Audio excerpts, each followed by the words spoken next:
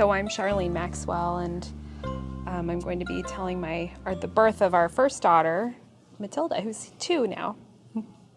And I'm Charles Maxwell.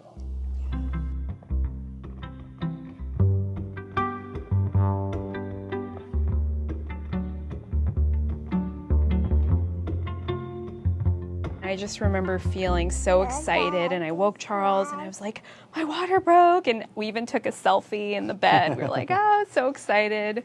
Oh, I'm gonna get ready. I'm gonna get all my props and have it all ready for me. And I took the yoga ball out, and this is in the middle of the night, and decided I was going to watch some Olympics in the middle of the night because it was winter and there was nothing on TV. So I remember bouncing on the yoga ball, watching Olympics reruns, and eating gummy bears, just waiting, right, and eating gummy bears, like, oh, here I am. It's so excited. It's starting. Today's the day. And I think at that point you had started to kind of clean up the room and maybe prepare a little bit for the rest of the day. I think that period of excitement and, I'm having a contraction. Here it is. This is great. Oh, okay, there it went. I can do it. Lasted for about 3 or 4 hours. I guess I'd been laboring about 3.5, 4 hours, and I had told Charles I was ready to move on to more guided coaching, that I probably wasn't able to do it by myself, just bouncing on the yoga ball. And I think at one point I told Charles, okay, I want to lie down now, and kind of telling him I think we need to start using some of the things we learned, right?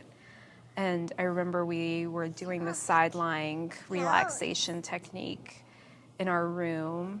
Remember that? And you were coaching me. Mainly breathing. And I think at this point I had taken over timing the contractions. And what were we at, 5 minutes apart? I think that was probably about 5 minutes. I don't think they were lasting more than a minute. I had gotten so used to his spiel that I was relying on. It was just very repetitive, and I found a lot of comfort in knowing exactly what he was going to say next, and expecting,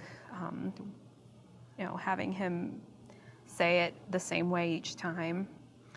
And I think that I became really relaxed. It seemed that contractions were speeding up and lengthening.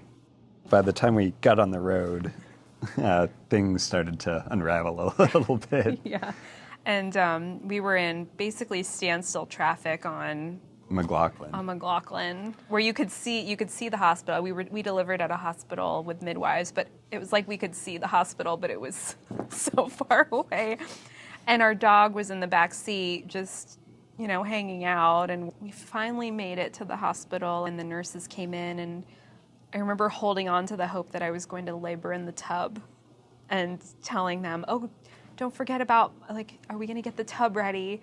And then they checked me and they were like, no, you're ready to push right now. I remember feeling really excited in the beginning, like it wasn't going to take very long, and certainly not 2 hours. It felt like an eternity. It felt like a really, really long time.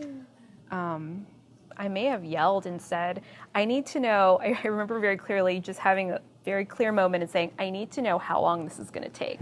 How much longer is this going to take? And the midwife said, you will have your baby out within 30 minutes. And I said, okay, that I can work with. I can work with them saying it's going to be this much longer.